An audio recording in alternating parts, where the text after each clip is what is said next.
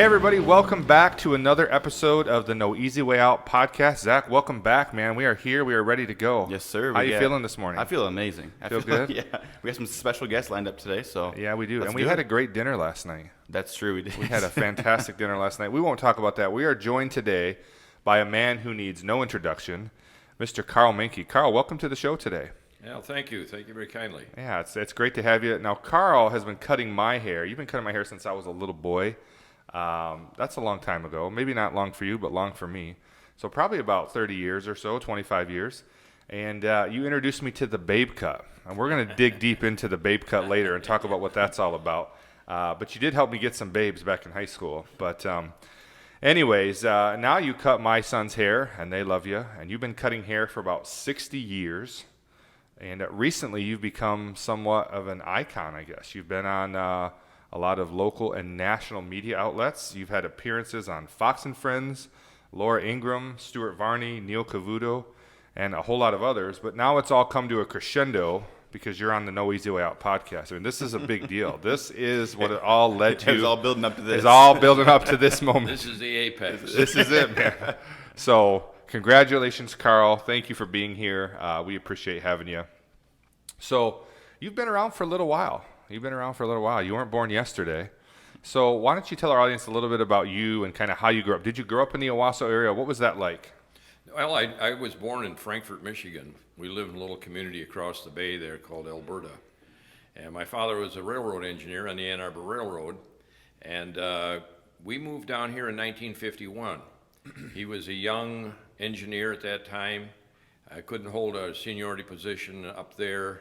And the railroad ran at that time from Frankfort to Toledo, and they would change crews in Owosso. So he had seniority enough to be an engineer from Owosso to Toledo. So we moved here in 1951. Wow. Yeah. And, how old were you at that time? I was 9. 9 years old. You moved to Owosso. Okay, so you've been here for a little while. Yeah. All right. So I know you talk about this a lot. You talk about history. I've heard you on a lot of interviews talk about how you've been through, I believe, 14 different administrations. Yeah. Talk a little bit about how you've seen the world change. Maybe how you've seen Owosso change, but how you've seen the world change over that many years. Yeah, I have. I was born during World War II. I always said, that I lived the Depression because some of the earliest conversations that I recall from my family at family gatherings was that they would talk about the Great Depression. Yeah. And I felt like I lived through it because that's all they talked about. And this was in the middle 40s, but it was only a mere 10 years, since they had experienced all that. Yeah. But for me, that was, might as well have been 100 years because when you're 6, 7, 8, 9, 10 years old, right. That doesn't, that's a big chunk of time. For sure. Yeah. So it was. That's about how old Zach is. So I mean, that's not. Yeah. Right. So from that time, I remember Dwight Eisenhower. I like Ike. That was the first president that I remember. Harry Truman, I remember too. I remember Harry Truman when he. So Owosso was pretty famous at that time because Thomas Dewey ran against Truman. Yeah. And they thought he beat him. Yeah, Tom Dewey. I remember when we would come home from school, they used to put these political posters on telephone poles, nail them up there. Yeah. Tom Dewey had a mustache. And my grandma said, you can't trust anybody with a mustache. So as kids, we'd throw stones at Tom Dewey's picture on the telephone poles. Yeah. And here he was. That's probably because of Hitler, right? Yeah, whatever it was. Hitler had a Grandma mustache. just said she didn't trust anybody with a mustache. That's funny. Yeah, and then, it was, I remember all of the elections. I remember Kennedy, when he was elected, and I remember when he was shot. And I remember where I was when he was shot. And I was cutting hair at that time and couldn't believe it. Yeah. I couldn't believe that anything like that could happen in my lifetime. We were raised and growing up pretty safe after World War II. Things really began to settle down in this country, and we had won. And we had a security here that as kids we all enjoyed. What I do recall, though, is I remember in the 1950s, for example, I remember going to bed and hearing of the Julius and Ethel Rosenstein. They had sold our atomic plans to the Russians. And I remember being fearful of an atomic bomb dropping on our house, those kind of things. Yeah. And I remember I was going to Salem Lutheran School at that time, and I remember how we would duck under the desks and things like that, for a bomb drill. Yeah.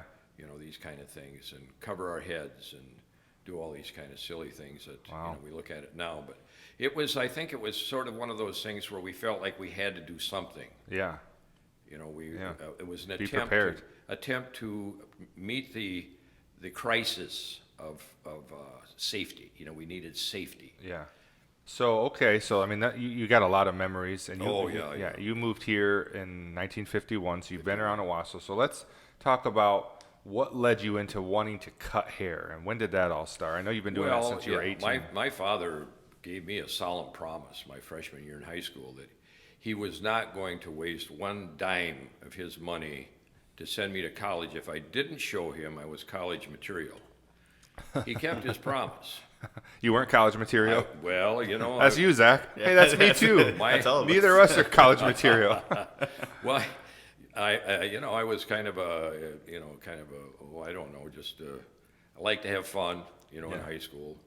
It's had the same struggles that every kid has in high school with things, and I recall a few incidences that led up to a point where I was going to quit school and run away from home. Yeah. And I tried to get a guy to go with me, and then I thought, no, if he goes, he's going to want to come back. Yeah.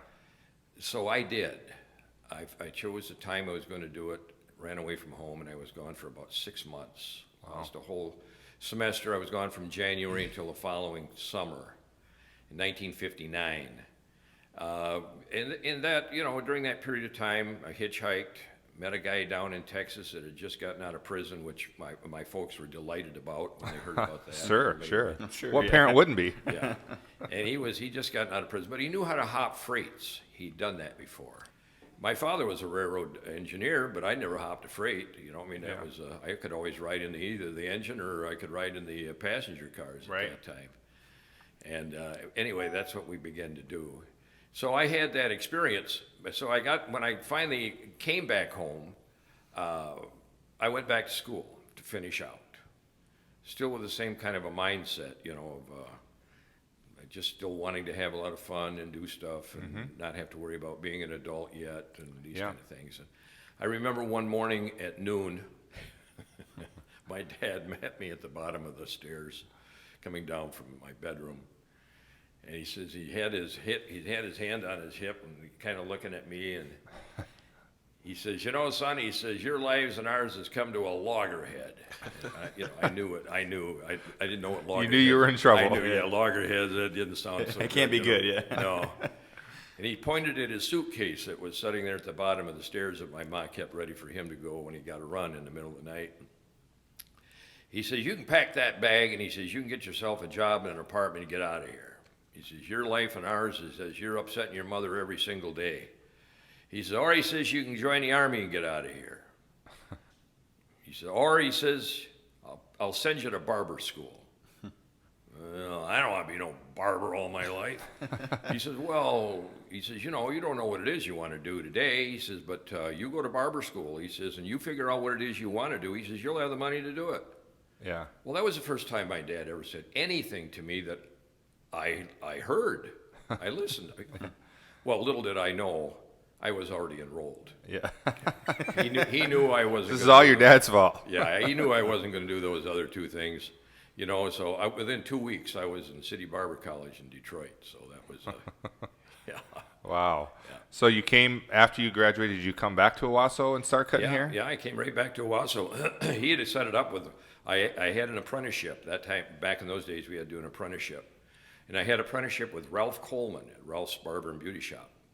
And Ralph took me on during that period of time of my until I could get licensed, for my apprenticeship. And then I got licensed, and, later on. You had to go through a whole rigmarole back at that time, Sure. Testing and licensing and more testing and more licensing and all that. So, yeah, and then in 65, I opened my own shop. Is this the same shop you're in now? Or? No, I was one building to the east of me. Okay.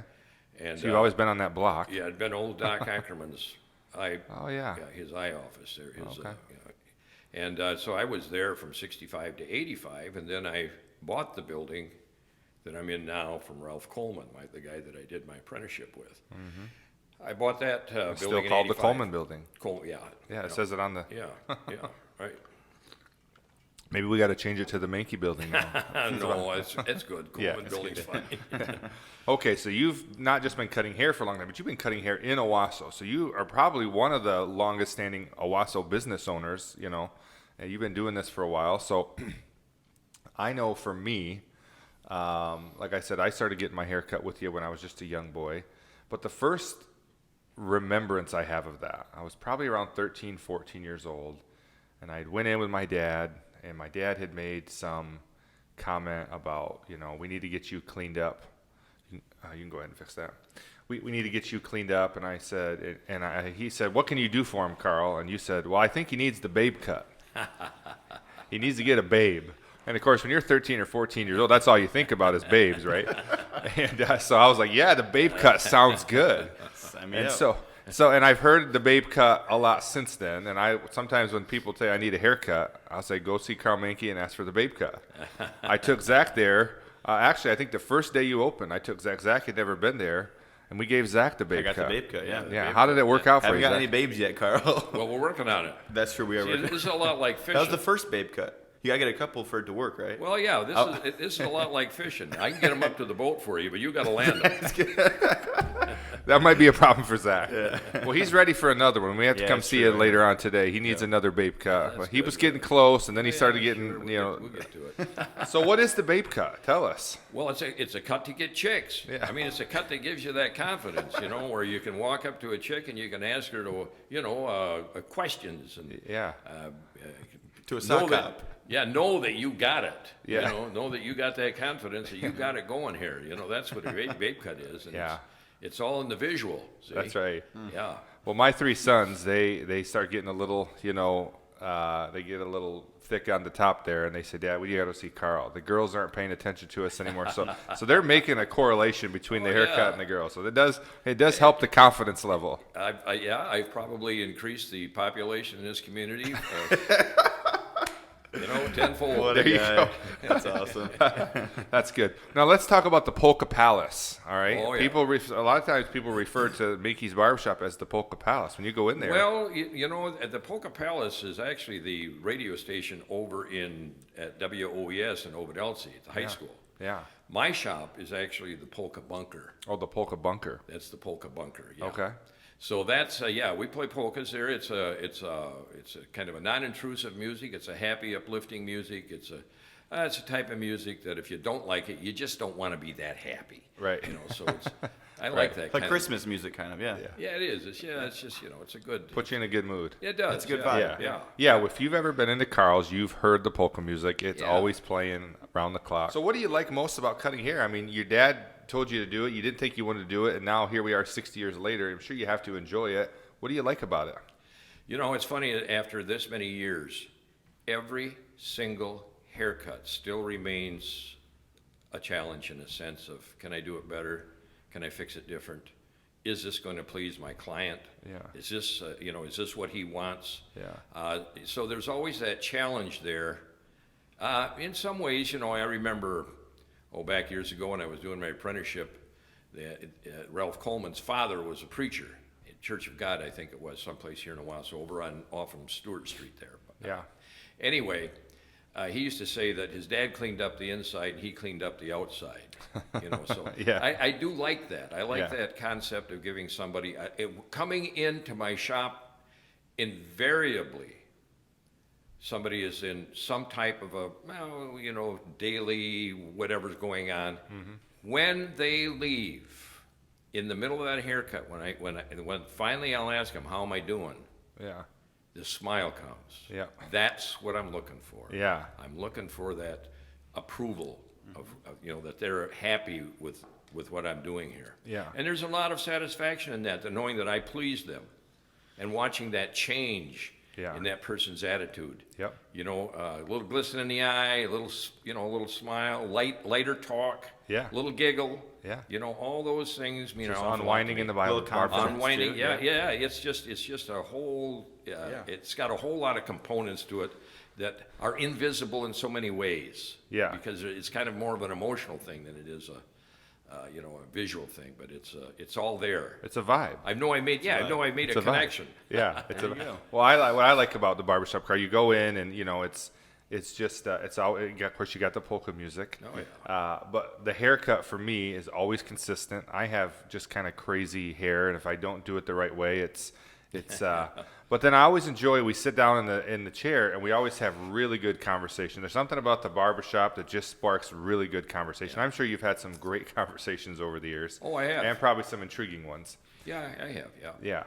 So, I love the vibe of the shop, but obviously probably over the last couple weeks, the vibe has changed a little bit, and maybe not the vibe inside the shop, but the vibe around the shop. We'll talk about that a little bit. But I want to start talking about what were your thoughts when, obviously we were faced with a national pandemic. The media told us that, potentially 1 million people were going to die. And we were all scared at first. None of us knew what to do, what to expect. We hadn't gone through, a lot of us had never gone through something like that. And then on March 24th, Governor Whitmer said, your business is not essential. You have to close. How did you feel when you heard that? Angry. I was angry because it was done summarily. It was done unilaterally. It was done without any data that my business wasn't essential. So for somebody to declare somebody else's business isn't essential, and now I have people during this particular time, one fellow drove from L.A. when he heard that there was a barber in Michigan that was open. Wow. To get his hair cut and to encourage me, got his hair cut and told me he was getting in his car and driving back. Oh my goodness. That's amazing. So for someone else to make that assumption that something is not essential, as this thing let out, I know from my own personal experiences that you can keep a person physically safe, lock them up in their house. I don't know, don't ever let them out. They'll never catch anything, not even a cold. Right. But there's more to the human than there is. There's more components to the human being than just physical health. Right. There's the mental and the spiritual aspects of the human being, and she addressed none of those in that period of time. It was just everybody's good and everybody's fine, and there was no church. There was no AA meetings, there was no NA meetings, there was no counseling, there was no having any interaction with your family. It was a total lockdown and encouraged to stay home and stay safe. Mm-hmm. It was idiotic to me. I couldn't imagine what was going to happen, as a result of that. And it came pretty much true as this thing began to play itself out. I had a week ago, last weekend, I had 3 people in 2 days call me on the phone breaking down and crying. And over stuff, just things that this buildup of despair and loneliness and vacated mentally and spiritually. Healthy. Oh yeah, they didn't have a cold either, nothing. They didn't have a virus, they didn't have anything. Right. But their mental and spiritual health Was bad. Was bad. Yeah. And she paid no attention to that, and that was the thing that troubled me about this whole thing. I know human beings very well. As an author, I've written 10 novels, and they're very human stories. Yeah. I know the human being pretty well. Yeah. Well, and with your experiences, and you've been around for a while, you've seen a lot of things. You mentioned you'd seen Kennedy's assassination, which was a big thing. You've lived through multiple wars, Vietnam, Korean War, Desert Storm, and then 9/11. I mean, you've seen a lot of things. And so this idea of a pandemic, maybe a lot of people had never experienced. I mean, I know I had never experienced anything like that in my life, and maybe you had never experienced anything like that. And I know I saw you one time between when you were closed and when you opened, and we had talked a little bit. I saw you at the Z Hall, and we talked a little bit, and you were just at that point saying, I'm about ready to go back to work. I can't, I'm not going to do this much longer. But was your experience, maybe your history, maybe your understanding of history, or just maybe the place you're at in your life, was that what caused you to say, I'm not afraid of this thing, I'm just going to go do it? Or what was it that led you to say, I'm not worried anymore, I'm going to go back to doing what I need to do? Well, I remember going through the polio virus, when I was a kid in the 1950s. And in my mother's hysterical reaction of making us sit in the basement with towels around her neck with ice cubes in them to keep our necks cool so we wouldn't get a stiff neck, because she equated, and everybody did at that time, so many did, that polio came from heat and a stiff neck. Yeah. So we sat in the basement for hours, Yeah. every day. Yeah. So and then 1967, the Hong Kong flu thing, that resulted in Woodstock. Yeah. I mean, so I've been through these things. Yeah. And not to say that that I'm impervious to some type of this virus. I'm not. Right. But at the same time, I can't live my life in fear. In Scripture, there's 365 fear nots, Yeah. one for each day. Yeah. If you want to look at it that way. Yeah. And the reason is because as human beings, that's our first reaction to something, is to fear it. Right. And then we have that choice of being frozen for a moment, to flee or to fight. Yeah. And oftentimes I find myself fighting more often than freezing or fleeing. So Yeah. Well, I went through the whole gamut. When I first started hearing about this thing, I was just like, oh, this is just a bunch of media hype. This is going to blow over like everything else does. I thought this is political, this is that. Well, then my daughter, my 10-year-old daughter, started feeling sick. She had the chest cold, and she had the low-grade fever, and she had the sore throat and the kind of coughing. And we thought at that time, this was really at the beginning, we thought she just maybe had strep throat by the way she was reacting. So we called the doctor and said, hey, can we come in and get her tested for strep throat? And they said, oh, no, with those symptoms, you have to go get tested for COVID-19. And, of course, when it hits you at home, then all of a sudden it's a little more real. So they wouldn't let me go. They don't let one of us go. My wife took her to the doctor. And, of course, at that time, we're being told the hospitals are overrun. The hospital here in Owosso my wife said there was hardly anybody there. And she went in and got tested. It's a pretty invasive test, especially for a little girl. And she cried during the whole thing. And then we had to quarantine for 14 days. And, of course, we were told if you go around your loved ones with potentially having this virus, you could kill your mother, you could kill your father, you could kill your grandfather. So obviously I'm thinking, well, I'm not a murderer. And we didn't know what to believe. But I said, I'm not going to risk it. I'm not going to risk going around my parents. My dad has asthma and respiratory problems. We're not. So we literally isolated ourselves from everything and everybody for 14 days, only to find out that the test came back negative. Well, then they called us back and said it was a false negative, and they wanted her to come in and get tested again because they believe it's positive. And I said, well, I'm not bringing her back there. They said, well, we need you to. And I said, she's not sick. Why would I take her to the doctor? She's fine now. Like, well, we just need to know. And so, then I started to think, well, what in the world is this all about? And then, of course, you start reading things, you start hearing things, you go through the whole gamut, and you just wonder what to believe. I'm also not the type of person to live in fear. So, I just decided it's time. I probably was a little earlier than most. It's time for me to start going about my daily life again. And I just started doing it. I was trying to be considerate of other people and the social distancing and keep my space, see where other people were before I interacted with them to try to make sure I wasn't, breaching their comfort level.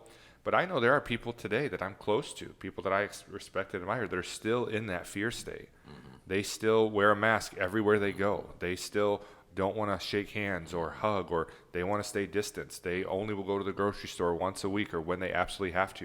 And they're taking all these precautions. And I'm at the point where I'm like, I will do whatever I need to do to make somebody else feel comfortable, but I'm not worried at all. I'll stand in a crowd of people without a mask and not feel like I'm in danger. I'll sit in a barber chair and not feel like I have any concerns, but other people aren't there. So there's this big, wide range of people that are feeling this way. And I'm certain you maybe went through some of those emotions. Maybe you hadn't because you had experienced before. But when did you ultimately decide to just say, all right, this is enough, I'm going to reopen my barbershop? Well, we'd been told originally that on March 14th, that it would be 2 weeks. Right. I remember that. And then at the end of that period of time, the legislatures, that had told her,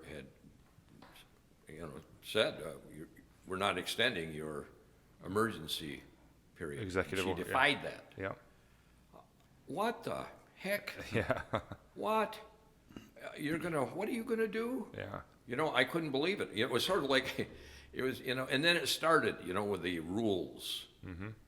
And all of a sudden, I remember things like my mother saying things like, you're going to do this, and I say, why?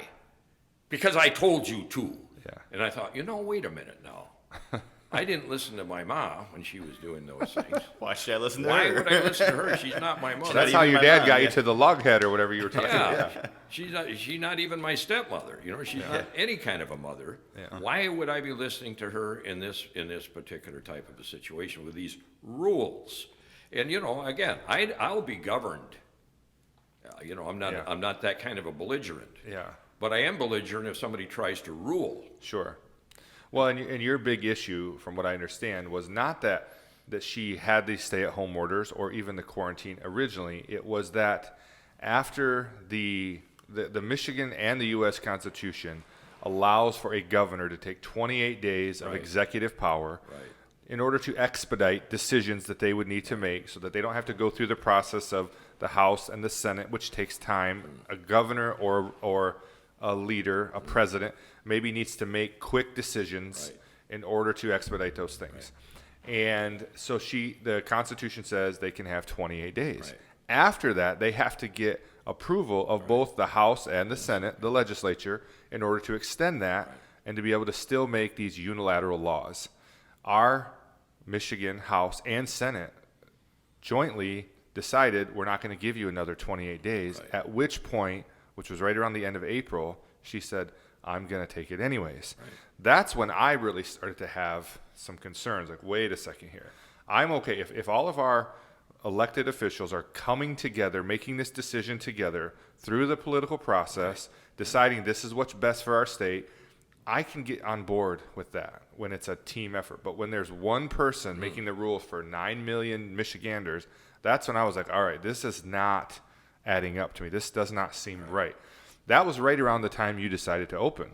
So did that decision of her saying, I'm going to do this on my own, is that what ultimately led you to say, I'm opening up? That, and she had made some of these, during that period of time, that we should wear masks, social distance. So she set up some parameters, and that kind of thing. And I thought, well, okay, I can do that in my shop. We've had hundreds of hours for sanitation and that kind of stuff. Safety training. Oh, yeah. I have a sanitizer there for all my tools. A barber is 1,500 hours of safety training, right? Something like that? Oh, yeah. With me at that time, it was 1,600. Now it's 2,000. Yeah. So, yeah, it was a lot of hours for this kind of stuff. And I'm getting this sense that she is treating our industry as though we were children. Now, when I was growing up and my mom said those things, I didn't have any choice because, Right. I had to obey my mom. Or else you're going to or have I to was deal with going to dad. get something. Yeah. But I'm not a child anymore. Right. And she's not my mother. And making these demands on our industry when we already know how to take care of things, that was a slap in the head. Mm-hmm. Walmart's open, Kmart's open, all the big box stores are open, everybody's, here, there, and everywhere open. And I'm thinking to myself, well, what gives them a special privilege to be open and Right. not me? Right. Why is she selecting them and not me? Why? Well, because they're essential. Well, this thing all started falling apart. Right. This essential stuff. Yeah. It's essential to have a kayak, but not a motorboat. Right. These dumb, Yeah, it didn't make a lot of sense. decisions. I saw more immaturity, in those decisions as time was going by. That she wasn't really up to governing. And that's what happens oftentimes with people that don't have the talent to govern. they quickly fall into that because I said so and begin to rule. And she did that. These are not suggestions. This is the law, and that was the way she presented this stuff. And I'm thinking, well, okay, you're not going to rule me. Yeah. So it became that type of I became that kind of a dissident. Yeah. Well, let me address this. And, you, according to her, she made it a law that you couldn't be open. She didn't have the legal, no, she didn't have that. That wasn't assigned to her. Her assignment is that at the end of that 28 days, 28 days, whatever it was, she was to yield back to the legislature. The people we have elected to speak on behalf of the people. They make the laws. Our representatives, our senators that we elect, and this is why it's so important that people understand the elective process, is why you elect these people in, is because I can't, by myself, go talk to Governor Whitmer and say, this is what I would like. But I can work with my elected officials, and they are supposed to be my voice. And this is why the process has to work this way, because one person ruling many is a dictatorship.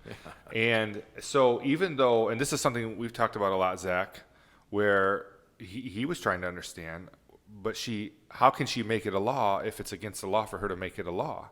We talked about that, right? Yeah, and Zach was kind of confused by my the thing. question to you, yeah. Yeah, his question was, but she made it a law, and the police are coming to his barbershop. How is it still not against the law? And so I think a lot of people don't understand that, and maybe they do. I don't know. I don't want to insult what somebody might understand, but from the conversations I've had, I've gathered that a lot of people, number one, didn't even know that she was working outside of the legislature because the media didn't really report it. Right. But number two, don't even understand that the process of any governor or president ruling outside of the elected officials and the processes that we've set in place to protect the people from the That's rule. why we have 3 branches of government. Exactly. And a lot of people didn't understand that what she was doing was highly illegal and maybe not illegal, but unconstitutional for sure. And so if you believe that the Constitution is something that we should uphold, which I do, then that's where the big problem came in. Maybe do or don't understand that. Some people were okay with her governing unilaterally. Many were not. You were one of them. So you decided to open up. So let's talk about that first day. I know I had heard on Friday that Karl was opening up. I heard it from somebody else. I don't know where I heard it, but I just heard that. It's like, well, I need a haircut bad. I'm looking pretty rough. You need a haircut good. I needed a haircut good. Exactly. So I said, well, I'm going to go get my haircut. At that point, I didn't think that it was just going to be this big, scenario. And actually, Zach was looking pretty rough. So I'm like, Zach, I'm going to go buy you a haircut today. And Zach was one of the first people there. So we went, we got him a haircut. And there were some other, I remember you squeezed us in because there was already a line. And I decided, since there was already 4 or 5 guys, that I wouldn't put that in. So I'll just come back later. So Zach got his haircut. He looked fresh. And I sure did. Yeah, it was a great haircut. I did not yet, but I came back the next day, and there was a line out the door. And I stood in line, and next thing I know, there's people showing up with trucks and with flags and with signs, and all of a sudden I realized, wow, this is turning into a rally. Like, I didn't come to be a part of a rally. I just came to get my haircut. And I decided, because I didn't have time to wait for several hours, as some of the guys I talked to in line said, I've been here for 2 hours, but I'm going to wait. I came from Grand Rapids. I came from Cadillac. I came from Traverse City. I came from Detroit, whatever. I came all over the state. I'm like, well, I'm going to let these guys go. I just live across the street. I'll come back. And I came back later that night around, I think, 9 o'clock, 9:30. And while I was sitting there waiting, I still probably waited an hour, I had discovered that, number one, there was 2 ladies that had come to help you. They just heard about you on the news. One gal from Cadillac, who was a retired barber, I believe, and the other was from Brighton. And they just said, the one lady said, while I was standing there, she goes, Karl, I was reading my Bible this morning and praying, and God said, just go help Karl. And she just drove there. She's a retired barber, and the other one was closed, and they just said, I want to help you. And they did that for free. I saw them giving you money, and you tried to pay them, and they were having a hard time taking money from you. They just believed in what you were doing and wanted to help. Then as I'm sitting there was 3 different veterans that came, and they all said, Karl, it's an honor to sit in your chair, and had all these great stories and came from a long way. The one guy had come from Mount Pleasant. He owned multiple businesses, and I thought, wow, this is neat seeing all these people who are really admiring this guy that I've known forever. And at this point, I'm still thinking, I'm just here to get a haircut, right? I didn't realize what this thing was turning into. And then all of a sudden, it became this big national thing. So talk about how you were feeling as you opened up the door, turned on your sign, turned on your light, and you started seeing all this happen. Talk about that. You know, again, that whole concept of me being somehow or other more courageous than others, that's not the case. The case was this: I had fear, but I knew inside that it was the right thing to do. It was one of those things where, again, you know it's right, what's preventing you from doing it? And I would ask myself, what's preventing me from opening up? Well, it was fear. All right, what am I going to do with that fear? Mm-hmm. And that old serenity prayer, which has been a part of my life for many, many, many, many years. God, grant me the serenity to accept the things that I cannot change, the courage to change those things that I can, and the wisdom to know the difference. And I concentrated on the courage part of that. Mm-hmm. It's a prayer that's easy to just sort of say and just wrote because it's easy to remember. But courage to change those things that I can. And I prayed that prayer all the way to my barber shop that morning. Wow. By the time I hit, I'm a mile and a quarter, 2 miles and a quarter from my shop. By the time I hit downtown, I was ready to go into my shop. Mm-hmm. And I entered into my shop, and I thought, well, okay, this looks familiar. There's nothing different here. You know, it looks like my shop. And yeah. I put my open signs on and worked all day that day, no problem. Yeah. The next morning, still emboldened now with this new courage, I'm about an hour in, and I turned and I looked, and there's a big sheriff standing there, a guy from the sheriff's department. Yeah. And I know him, and he says, "Karl, look at me." And I turned and looked at him. He says, "I love you." And he got in his car and he left. Wow. And I knew that moment that I had entered another level of defense. You know, that it wasn't everybody, it wasn't all law enforcement that was going to come after me. You know, I expected that it was going to happen, mm-hmm. but I knew that it wasn't going to be one of these things where it was, you know, I'm going to be thrown to the ground and tasered or something of that sort. At least I didn't expect that I was going to be. And that began that whole process. And the next day I had a visit from a couple of the Owosso police departments. I'm not certain whether, I've never had a conversation with Chief Lankard. I don't know him personally. Whether he made that decision or whether it was the prosecutor's office that had to react to something from the governor. Well, how did the police find out? What did they tell you? They came in with 2 misdemeanor citations. Criminal citation, which I still got to go to court for those this month, and they presented them to me and said I was in violation of the. Did someone call them to tell that you were cutting hair? They just see people in line. Well, I think what happened is again, my brother. I love him. I love Tom. Yeah. He has his blog, and. Yeah. He's got quite a following. 40,000 people a day or something like that. But I called him and said, "Tom, can you just work my I don't know how to work these computers. Social media." Yeah, I says, "Can you just fix my social media, my face page or whatever it's called?" He says, will you fix that so that it says that I'm going to be open today?" Yeah. Well, the next thing you know, he sent that thing out through his friends and community access. I got you. Well, that's how everyone found out. Yeah, and there was 400,000 people that saw that stuff, Well, a lot of people thought this was some big publicity stunt. I mean, Tom, he likes to stir the pot a little bit. Yeah. He likes the sharp headlines, and he doesn't have a problem ruffling feathers. No. So I think maybe people associated the two, like, well, this is just Karl trying to create some big publicity stunt. So who called ABC 12 and Fox 66 and all these people? A lot of people I've talked to believe that you called them and asked to come give you some coverage. I mean, I'm too busy. I was too busy to do anything. I still am. I mean, listen, this is the miracle of all this. I believe that in many ways God prefers to remain anonymous in how he works. And it's sort of like the footprints in the sand type of thing. You can turn around and look back, and you can see those footprints where you were carried. Mm-hmm. But you had no idea at the time what was going on. Yeah.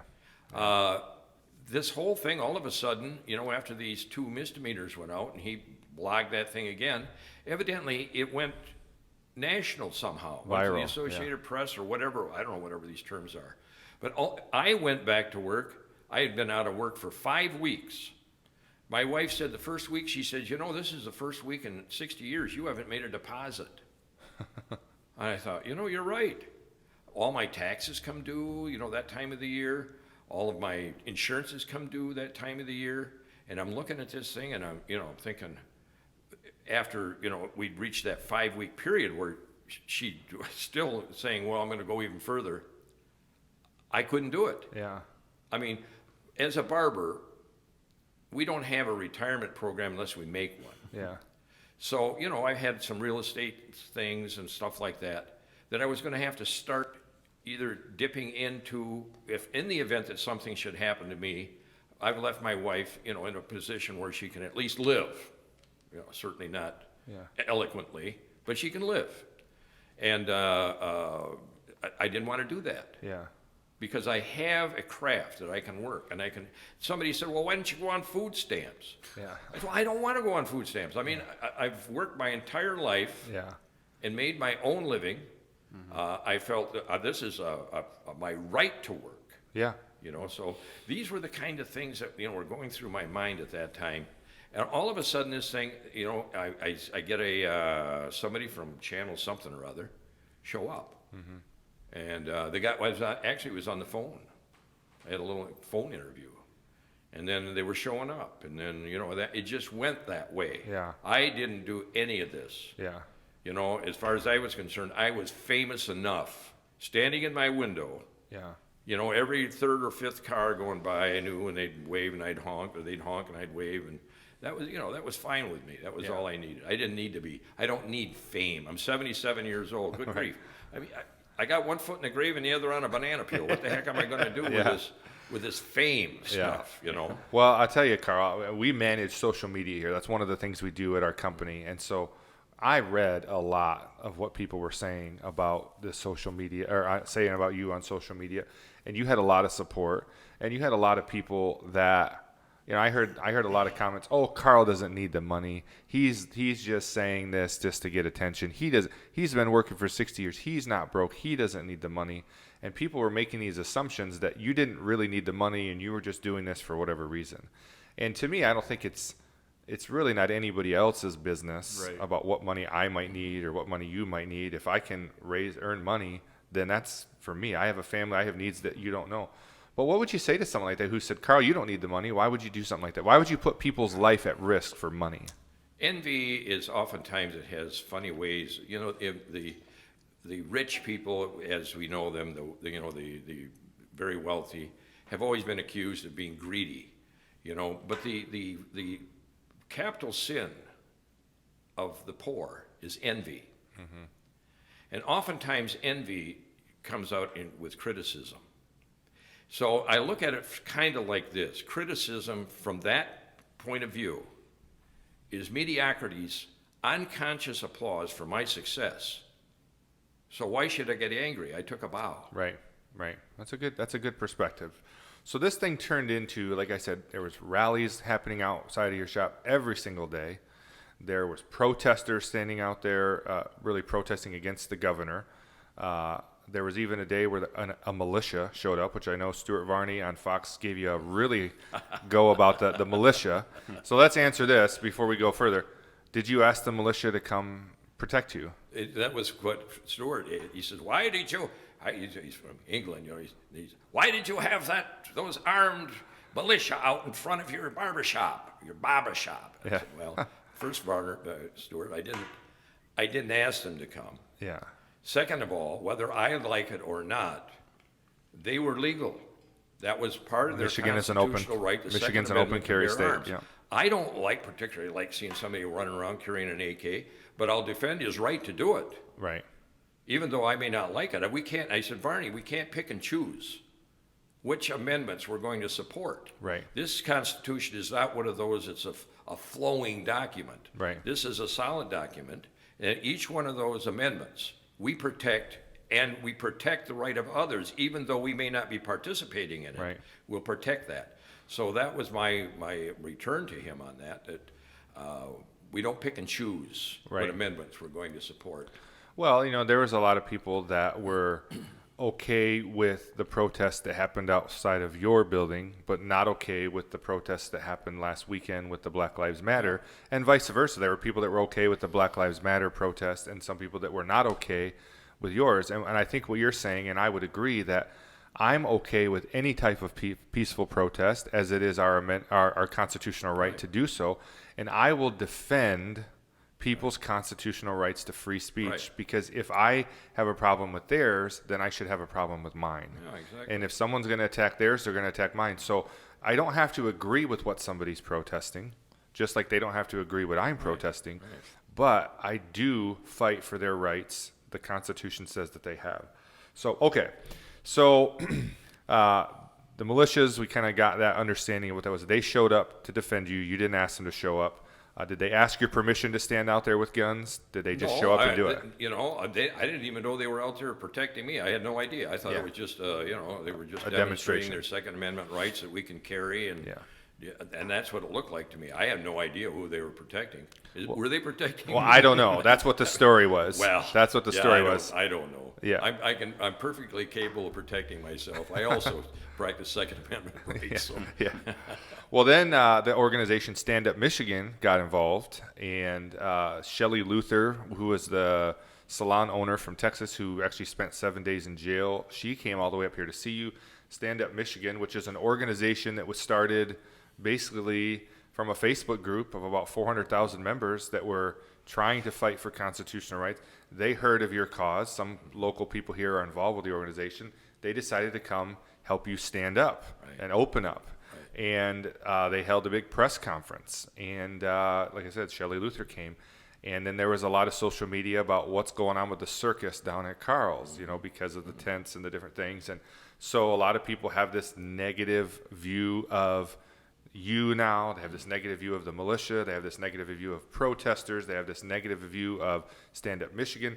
They lump it all together into a bunch of Trump supporters that they wouldn't want to, be around or whatever. So was this anything like you imagined? Like when you sat there that day, when you're saying, the bills are coming due, I got to go back to work. I don't want to go on food stamps. I'm not getting unemployment. I got to work for a living, which to me, working for a living should be championed, in my opinion.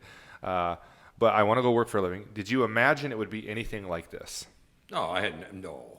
Heavens, no. I couldn't predict anything. I thought I was going to go out in handcuffs or something, really. I thought sooner or later I'll be going out of here in handcuffs. And I was prepared for that.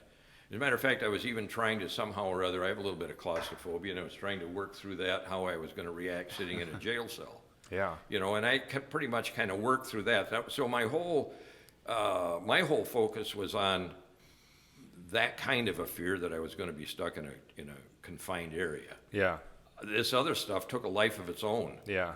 Again, this is one of those areas where God prefers to remain anonymous. I had no clue.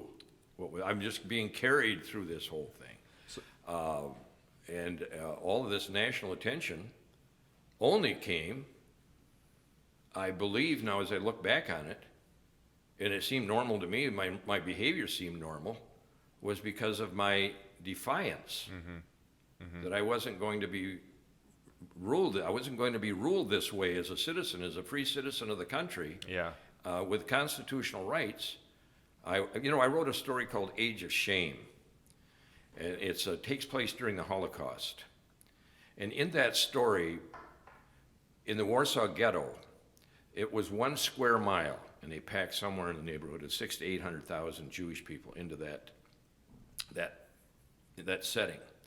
They thought they were being prepared to go to, because of the propaganda films and all of this stuff, they were being prepared to go to these outlying areas where they would have jobs and homes and they would be safe, and they were being encouraged, to don't pack up a lot of stuff to go, just take what's important because, you know, you'll need your gold, you need your jewels, but don't take a lot of furniture, things like that.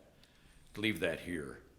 They willingly went into those cattle cars because they were promised safety. And I view that as Ben Franklin said, if we give up our freedoms for a little bit of safety, we deserve neither. Right. It's like that proverbial camel sticking his nose in the tent saying, I only want a bite of a half an apple, that's all. And we say, well, half an apple doesn't matter much, okay. And before you know it, the head's in. And we don't know what's behind the head yet.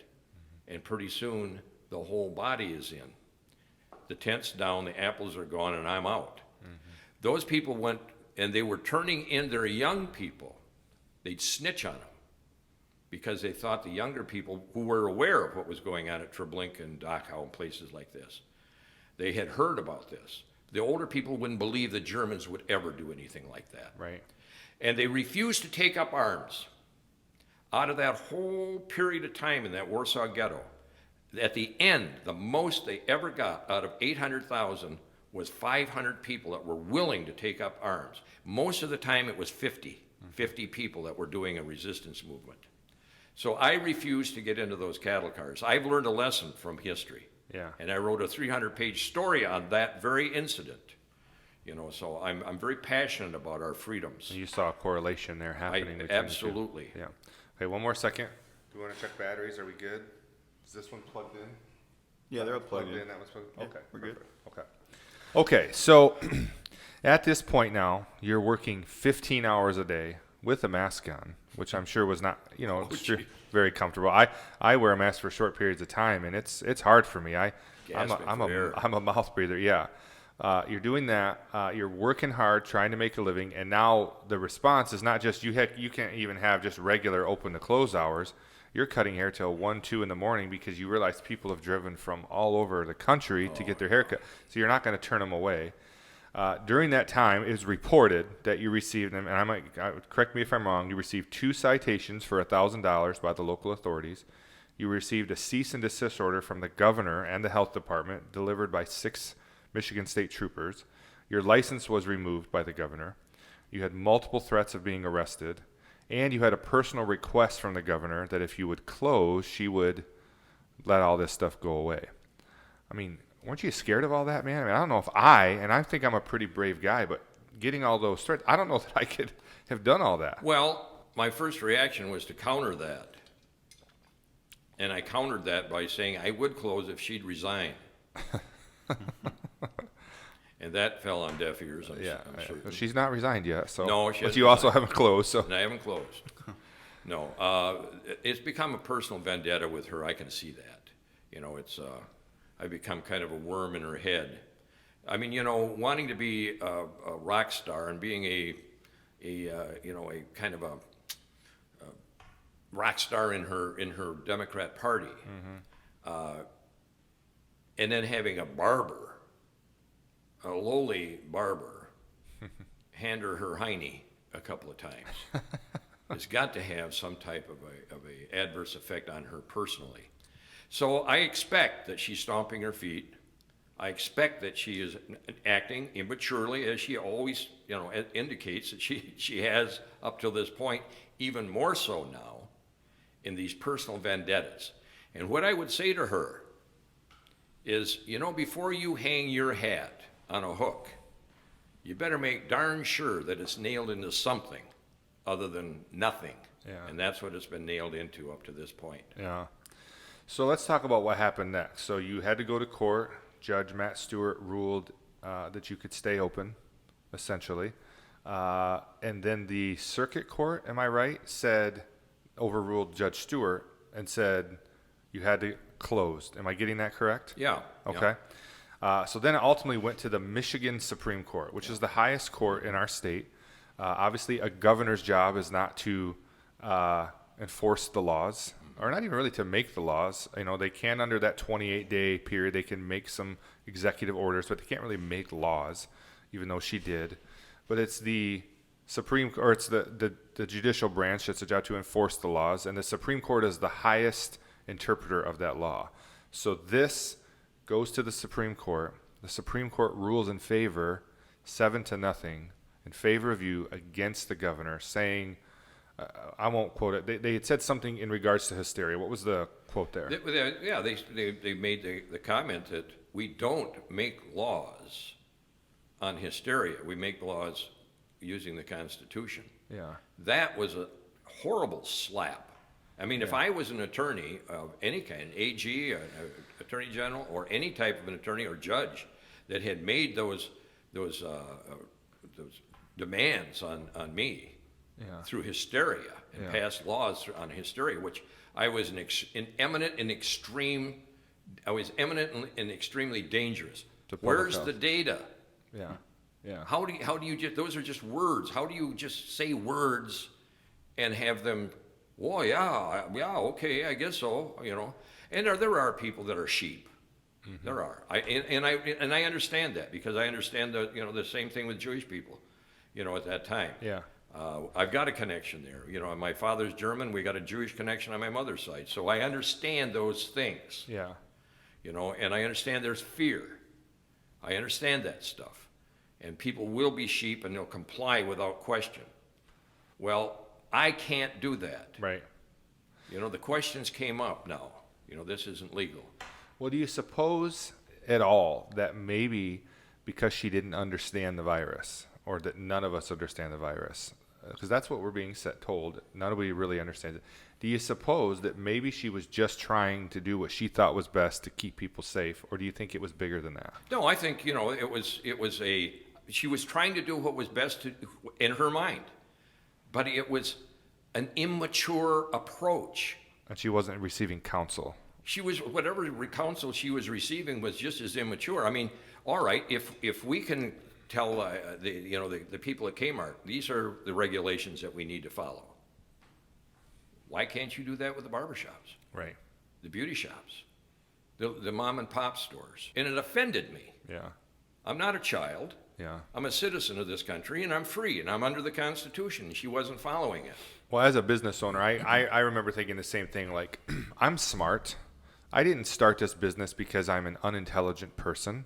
It took a lot of planning and thought and organization and all types of things to get my business to where it is today. That's right. So if somebody laid out for me some guidelines, if Walmart's smart enough to follow those guidelines, or the gas station, or whatever else was deemed essential, then why can't I be smart enough to follow those guidelines? I don't think any business owners that I know of were fighting having guidelines. It was fighting, why can't we be open? Why can't we be open? We'll be safe. And people that feel feel compromised or they don't have to patronize us. And we understand that. We will just patronize those who feel like it's okay, and we'll set policies in order. And I think for me, that was the hardest part, is like, why can't I be trusted to make these decisions and to be smart?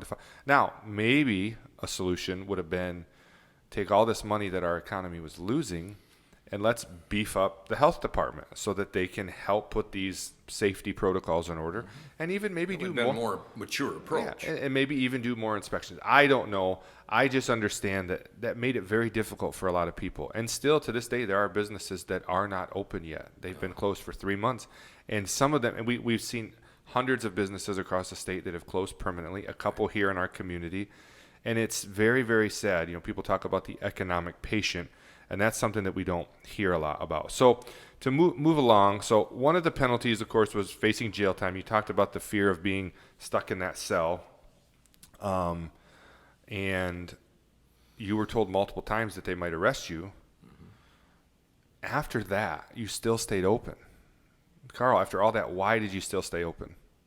I mean, they made it clear you can't do this. Why did you decide to do it anyways? Because it was the right thing to do. It was the legal thing. It was the moral thing for me and my family and my situation. I would have people call me, why are you killing my mother? Well, I don't even know your mother. I don't know your mother. But I understand that kind of fear and that kind of irrationality. I know it'll lead to an irrational thoughts. I stayed open because I knew I was doing the right thing. It wasn't wrong. I wasn't being belligerent against governing. Mm-hmm. I was being belligerent against ruling. Yeah. You know, I saw the There's bigger a difference. picture here. That, you know, like I said, I've written 10 novels, and on almost every one of these novels is this same kind of a theme of redemption, something that's gone very wrong, but then there's been redemption or some type of this thing. So I'm very cognitive of that kind of thing, that kind of letting that camel stick his nose into that tent and saying, well, just give me a little bit. This contact tracing now, that's 1984, come to life. You know, that book, 1984, Yeah. Orwell, Yeah. come to life. We have it. So I'm you know, like I said, I'm 77. I'm not going to be around here. I got, what, I don't know. I'm one foot in the grave and the other on a banana peel. You know? It's going to happen. That's a good line. Yeah, That's it's a good gonna line. well, it's going to happen. That's a good line. Okay, so I think I understand kind of what was going on through your mind and how you got to the process, and now you're here, you're cutting hair day in, day out. There was even a day where I was told by someone that you just got worn out, you had to take a break, and then, you know, you weren't even taking a day off at the beginning. Cutting hair, I know now that the Supreme Court ruled there isn't really the demonstrations happening outside. Of course, now our country is facing a whole new situation with this George Floyd situation. But it's kind of maybe leveled back off now, and you know, you're probably still really busy, but you're not getting the same type of demonstrations that were happening. So let's talk about during all this process. Let's talk about some of the support you received from our community, and not just from our community, but from abroad. What are some of the things that people were saying to you, and talk about some of the support that you got that helped you through this tough time? You know, it's just unbelievable to me. Unbelievable, the support that I have. I remember one lady, it's like the widow's mite. She knit my wife and I a pair of socks. Now, Wow. I mean, how long does that take? She sat there and knit us a pair of socks. Wow. Another, it was pouring rain that day. We had that news conference with news press release with Shelley Luther. Had a tent out there, but it was, you know, the tent was overflowing with people, so it was left a lot of people out in the rain, and it was pouring rain. And this little lady sitting in a wheelchair, and she had an umbrella, and she's soaking wet. I don't even know how she got there. I don't. She pulled my arm down.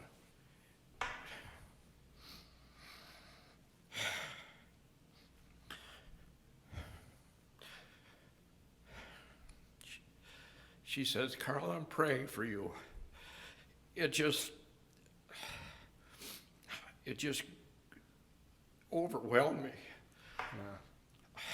With that kind of empathy and that kind of love and that kind of support that I was getting, I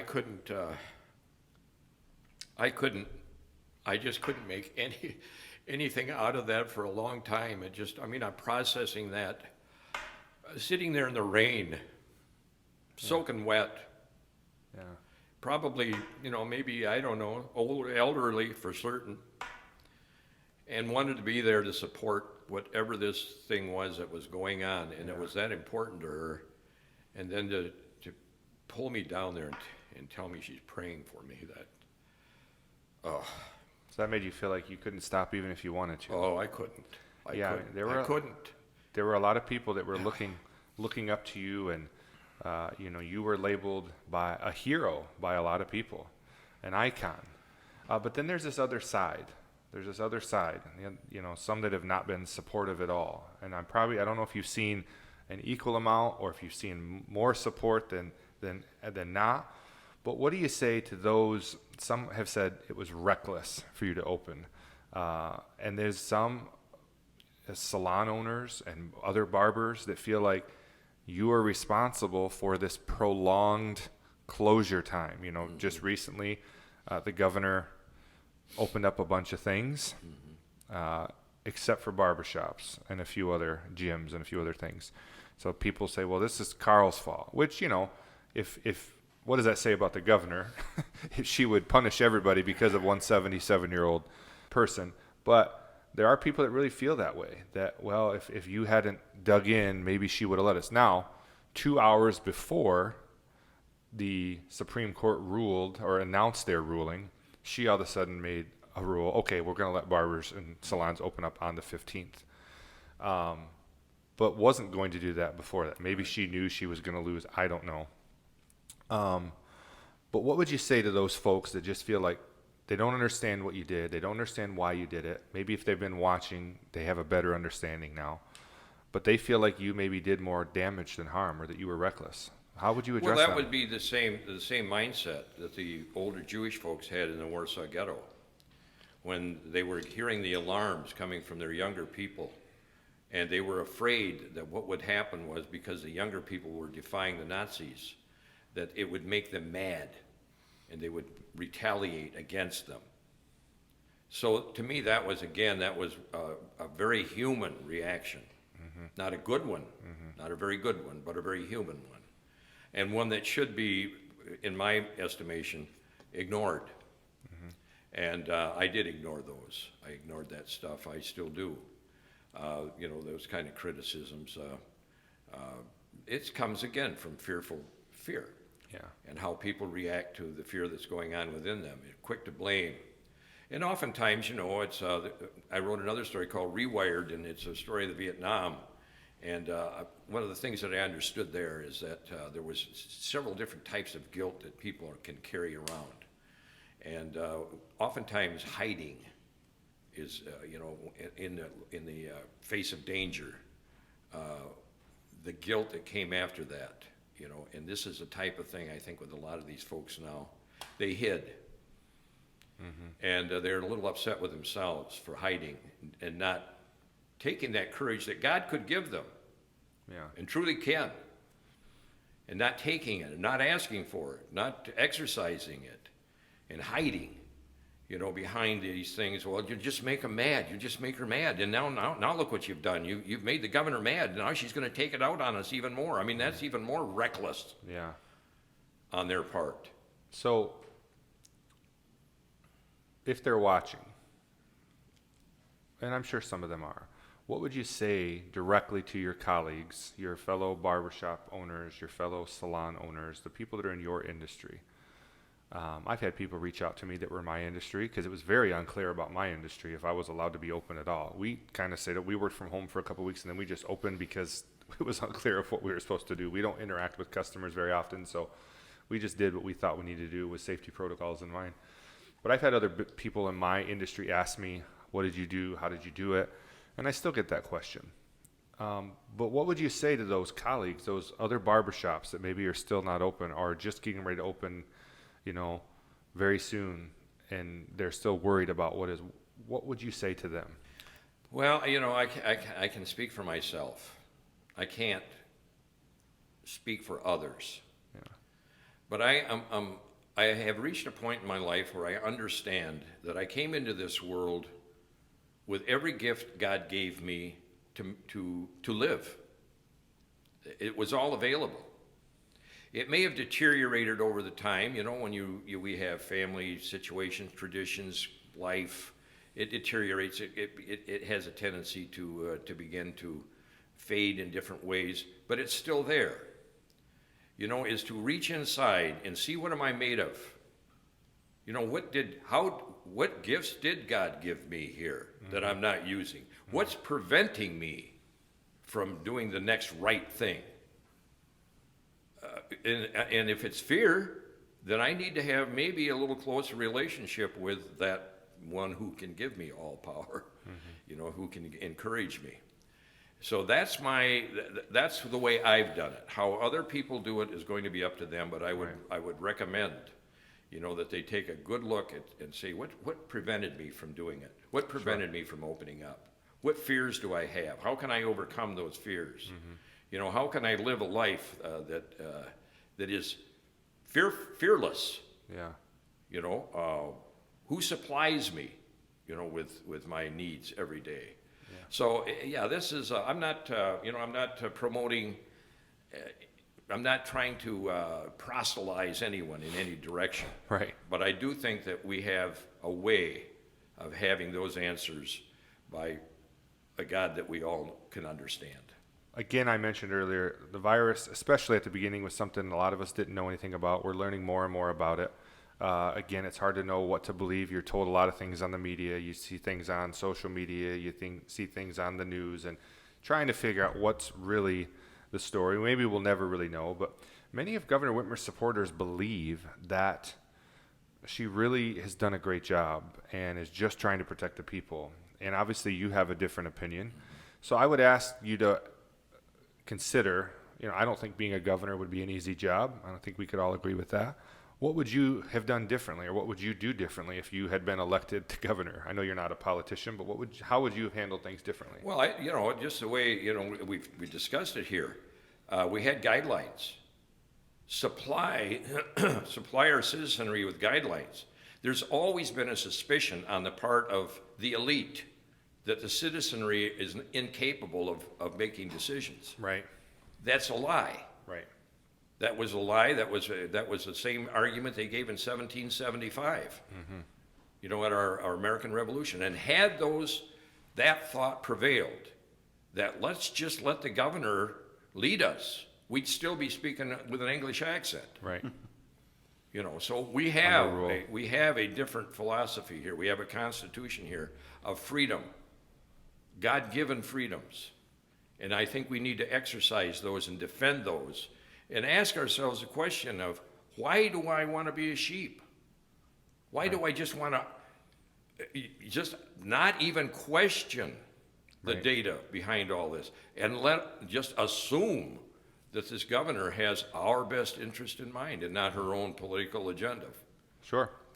That's a good answer. So you're still in the fight, Karl. You're still in it. Still in the fight. What do you ultimately hope to achieve in all this? I just want to go back to work. I stay at work. Yeah. I want my life back in the sense where I'm open 2 to 10. Saturdays I work a first shift, 9 to 6. Yeah. I want to be able to write my books. I want to be able to go on my book tours and do, on the weekends and do that same thing I've been doing. Yeah. I just want that back. It was a full life. So becoming a national icon, being called America's Barber, is that what's next? Is that? Listen, you are the people that have seen that. Yeah. I haven't. We didn't have a television until just a few weeks ago.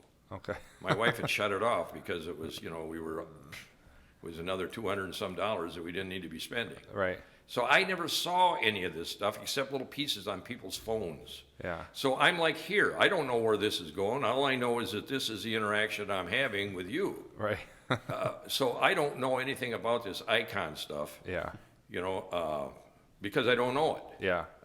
This is where I am, and this is the reality. My reality right now is that, the three of us here are having a conversation. And that's all I've ever had with. Yeah. And when I have these on Fox News things, I'm in some type of a Skype, whatever. It's this kind of a thing. Yeah. So I don't see them at all. They just see you. They see me, but I don't see them. So I don't know anything about this icon stuff, and that's fine if I can be of any help to somebody else. Yeah. Any encouragement to somebody. Yeah. What would you do to encourage? What would you say to encourage other business owners? Like I said, some have already just reopened in our community. A lot of things have just started reopening this week. Next week there will be even more things opening. What would you say to encourage those folks? I would say that that what we do, if you begin with this whole concept of going inside of myself, finding others of like mind, and we encourage one another. Mm-hmm. Don't stay imprisoned into your own head. Talk about your fears. Talk about your why you want to open, and in a sense begin that whole spirit that we're all kind of like one soul in a lot of ways. And find that person that has that same soul and spirit that you have and want to have. Yeah. And encourage each other. Join a group, join a church, join, one of these freedom groups. Mm-hmm. become involved so that you, information will, it'll education anytime will dispel an awful lot of these fears that people have.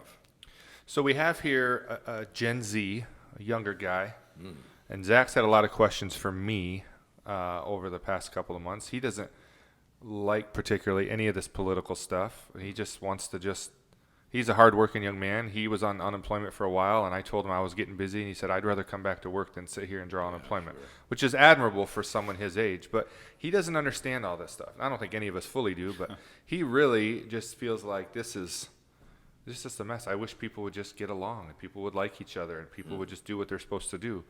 So I'm going to ask Zach, do you have any questions for Karl in regards to all that? I might have one, yeah. Yeah?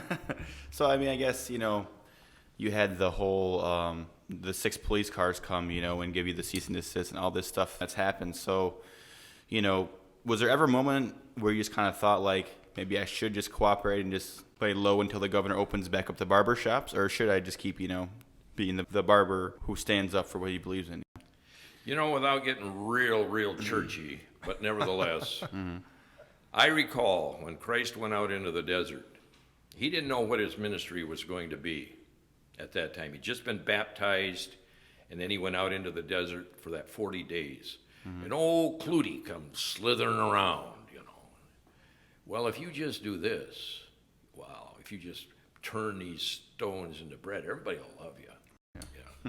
Yeah. And if you get up on top of that big pinnacle up there at the temple, just throw yourself down just before you have those angels come.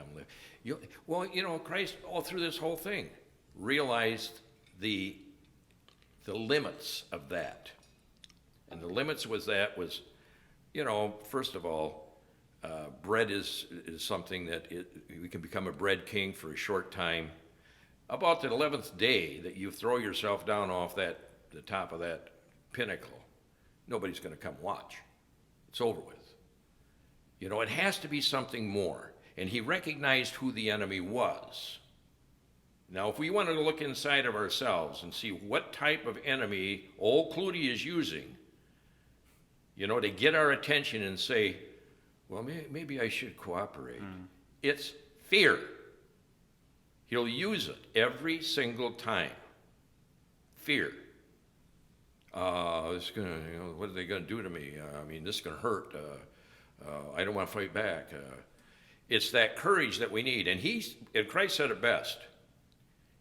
First of all, he identified him. He says, I know who you are. He named him. He said, Satan, I know who we have to name that fear. This is crazy stuff, I'm thinking. Go behind me. Get out of my life. And then the angels were able to come and lift him up. But at that point, the fear was there. He was just like us. In Hebrews it says he suffered everything that we've ever suffered. I got too churchy here, but Yeah. Sure. Well, I do like those lessons, though. I think those lessons, rather than just being something I can repeat, is how I absorb that whole thing into my own life. I absorb that whole teaching, that whole thought, that whole concept of naming your foe and then dismissing them. I know who you are. You're here to destroy me. Get away from me. Go behind me. Then it's amazing how then you get that uplift. Yeah, that's good. Well, so on that, laws are put in place for our protection. Are there some laws that you will follow? Oh yeah, I'll follow reasonable laws that are constitutional. I'm not a belligerent in that sense. That's what it comes down to. That's so what it comes down to. A law that's created by the 3 branches of government. By the 3 branches according of to the Constitution, right. That's the law I'll follow. That's the law I'll and that's follow. the law Karl Manke will follow. That's the law I'll follow. I will be governed, but not ruled. And I heard you make this statement early on. You said, I'm not a scofflaw. I've never heard that term. Explain what a scofflaw is. A scofflaw is somebody that's in a sense like you charge into let's say a situation. Yeah. And you just charge in with guns blazing without having any concept at all with this. What's going on? What's going on? Yeah, Gotcha. that's just a scufflaw, and I'm not that guy. Okay, well, Karl, thank you so much for being on the show. I'm going to give you an opportunity, which I do with all of our guests, because obviously right now a lot of the hot topics have been the governor, and you and the governor have had some exchanges via social media or through email or whatever. But if the governor's watching right now, and maybe she is, maybe she's not, but if she is, I want you to look right into that camera, and I want you to, what would you say to Governor Whitmer if she were watching right now? I would say that she learned how to govern. Maybe take a pause and look at some of our statesmen. Rather than trying to be a politician, learn how to become a stateswoman, so that you govern rather than rule, and you make wise decisions.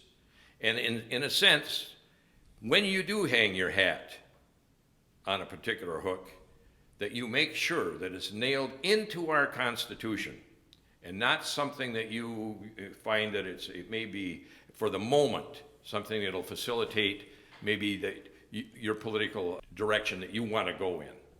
So I would say learn how to govern and not rule. And you'll have the following that you want. You'll have the people's respect, you'll have the people's adoration, and you'll probably have the people's vote. But as long as you continue along this path, I don't believe you're going to make it. I don't believe that you have that maturity yet to be able to govern a state as important as Michigan.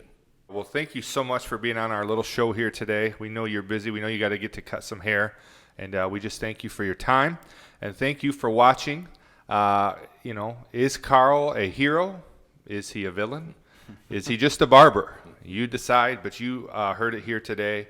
And we thank you for watching and thank you for listening. Karl, best of luck to you. Thank you. And I had my hair cut just recently. Zach will be in to get the Vape Cut very there we soon. go. Yeah. And we'll see you very soon. All right. As my mother always said, you can't and never could until you tried. So go out there and try something great today, my friends, and don't take the easy way out. We'll see you next time.